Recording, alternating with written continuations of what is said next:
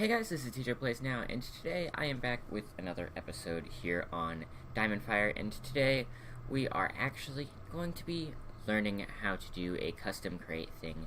Now, if you guys know the infamous Taco G, he recently created this tutorial on how to do really cool fancy crates, but the thing about it is you have to be a donator to do it. You have to actually be the highest level donator, which, come on, you guys don't want to have to donate to the highest level to be able to do some super cool stuff, especially if you guys ain't got that kind of money.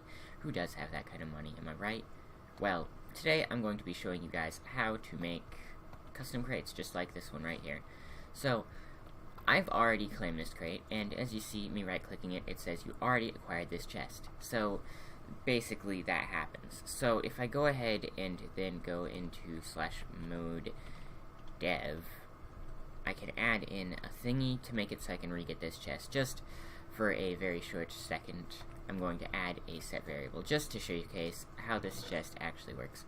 I actually have these variables all ready to show, and we'll just go right here. Alright, so right-clicking the chest, you got a chest plus 100 coins, and then you've already acquired this chest. Now, if we rejoin with that same little bit of code there, we will completely re-get the, we'll be able to re-get the chest again. We don't want to do that, though. We already have way too many coins. If you go ahead and type in /plot vars, I do believe it is, you can see right now there is TJPlaysNow chest 1 true and TJPlaysNow coin 30. I've gotten 30 coins because I've reset it in a couple times, and yeah. Alright, so I'm going to go ahead and showcase how to make a custom chest. So first thing we're going to want to do is go into mode build to choose where we're placing this chest. Now this chest I'll just place sort of close to this chest, but not like right on top. So let's go right here. Alright, so right there's the custom chest spot. So then we're going to go ahead and, if I could type, /mode and then dev. Alright, now once we are in mode dev, we are going to go ahead and first, I had the inventory set out. Alright, first thing we're going to want to do is change the way that our inventory is set up. We want to go ahead and get player event, if player, if variable, set variable, player action, game action, and then I do believe we need one more, which is the else.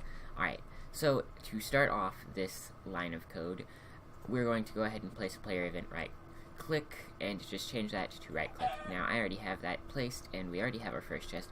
I will then show you guys how to add another chest. So, I'm going to go to the end of all of this code. It only takes 24 blocks, I do believe, so we might have enough room, I think. But, just in case, I'm just going to do a code warp, because I like being very extra careful. So, a code warp is fairly simple. It just takes the code line from right there down to here. Very, very simple stuff. It's magic. Yeah, I know.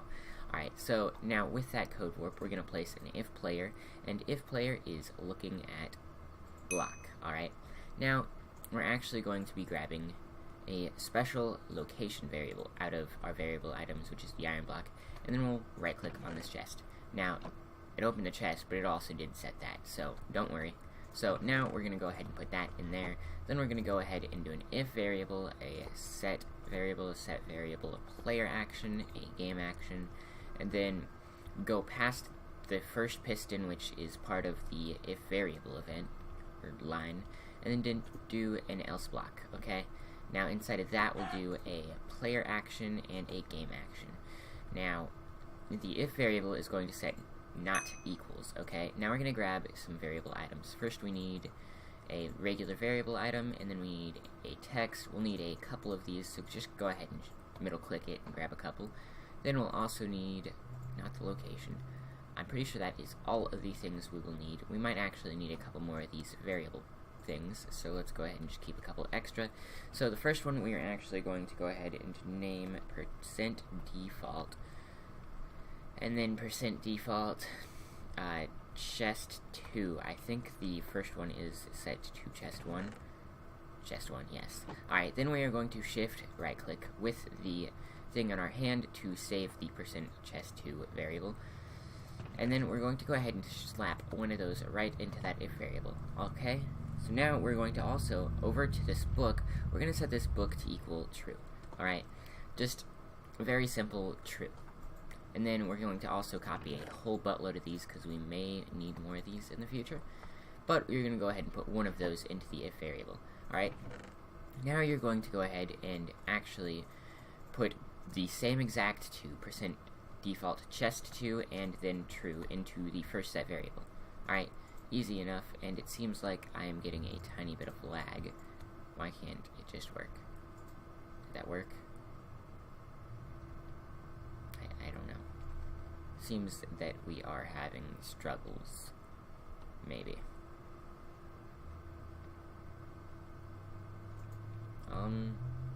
I think it worked, but lag question mark? Oh, there we go. Alright. Someone else said lag. So it's not just us. That makes me feel just a little bit better. Close. Alright. So now, in this set variable, we're going to actually go ahead and grab this variable event, and we'll do sort of similar to the last one, but this one is going to just say %default coins, and that should be the same exact as this one. I'm actually going to just middle click this, do the same thing with this, just shift click on it, and then it should be set perfectly fine. So then you're going to put that in there, and then you're going to also grab a variable item and a number. Now this one will set to 25, why not? That sounds good enough, right? Yeah. Alright, so then shift click that in there, but uh-oh, you forgot something. This is supposed to actually add to the coin amount. So what you had to do is put 2% default coins plus 25. So that's basically this equals itself plus 25. Very simple. Alright, so then with this player action, we're going to go ahead and do communication and send message. Alright, so now you guys should be able to go and grab yourself a chat tag from the set variable event that we made in the last thing for the chat tag, and just plop that in there, and then we're also going to grab a text. I want this to be formatted just like this one. So it's going to basically say, you got a chest, exclamation mark, plus 25 coins. Now, there's something I just realized, is this actually says plus 100 and it's only giving you 10. I should probably fix that, and we actually will. I need to go ahead and change this to and A, I think is, yeah. Alright, so that one's now and A. I'm going to change this one to say 10 with and A, just so that way it's actually what it's supposed to be. Alright, so then shove that right there. Alright, beautiful enough. And then we can also go ahead and just put this 25 into there. Alright, then you're going to go ahead and go to game action and just cancel event. Alright, then come over here to the last section, and this is going to be communications and message as well. Now, if you're mythic, you're going to want this to actually be a send action bar message. That will help with your chat not getting clogged up. Like if you're clicking on the same block a couple times, it just looks better too. Now, you still want this one to be the send message, but this one, just if you're a mythic, I do send action bar, but send message also works. So we're going to go ahead and put a chat tag in there, and then we're going to go ahead and say, basically what we set up here, you already acquired this chest, so you've already gotten this one, exclamation mark. Now, changing the messages up is also sort of cool, and you should do that just a little bit here and there. But now we're going to go ahead and do a game action and cancel event. And that is the chest finished. It's fairly straightforward, and I really like the system. Also, if you guys didn't notice, I went ahead and the teleport that we have right here, I changed this location to just be right here. It doesn't have to be all the way down there, and it's just harder down there. So now we're going to go ahead and /mode play, and then now we should be able to get this chest. Oh, we've already gotten this one. That's an uh-oh. Let's go ahead and /mode dev then, and see why it says we've already gotten this one. /plot bars. Okay, so chest 1 is equal to true, but not a chest 2, but chest 1. I think I know what the problem is. if variable does not equal. Alright, so what we're gonna have to go ahead and do is then this could get to some very gross looking code, but we're gonna go ahead and have to grab one of these books and set this to equal false. Okay, alright, simple enough. And then we come all the way down here and we're gonna place this if player. Alright, no, not if player, we're gonna place an if variable. Okay, and this if variable is going to be set to equals. Okay, then a variable item, I'm pretty sure there is a value for it, but there might not be as well. So we have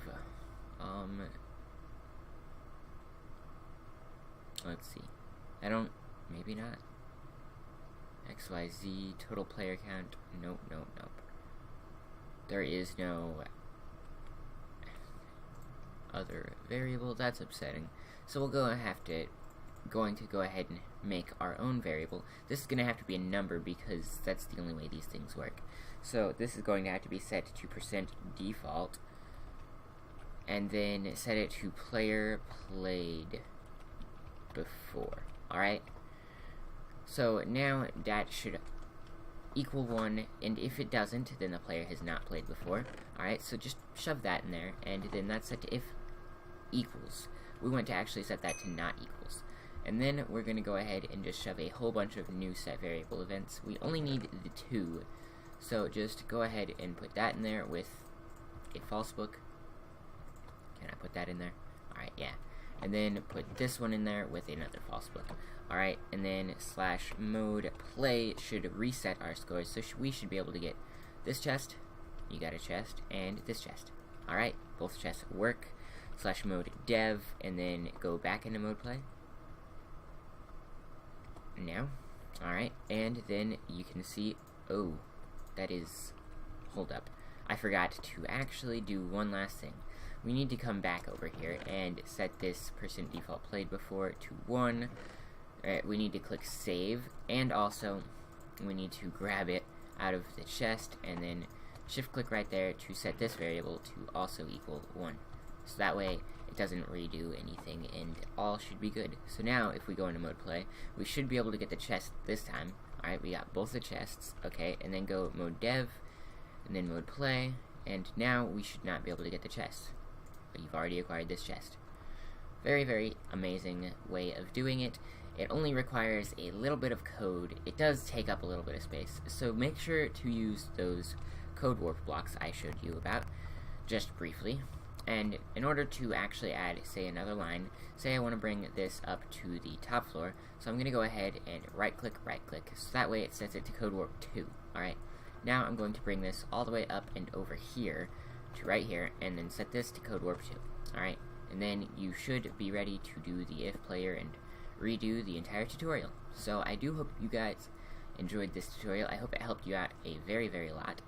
And as always, we'll see you guys in the next episode of whatever it be. I hope you guys are enjoying all of the series that we have rolling on our channel right now. And this one is one that I am going to be keeping because you guys really do want it. So, we'll see you guys in the next episode of whatever it may be. I hope you guys had an amazing time watching, and peace out.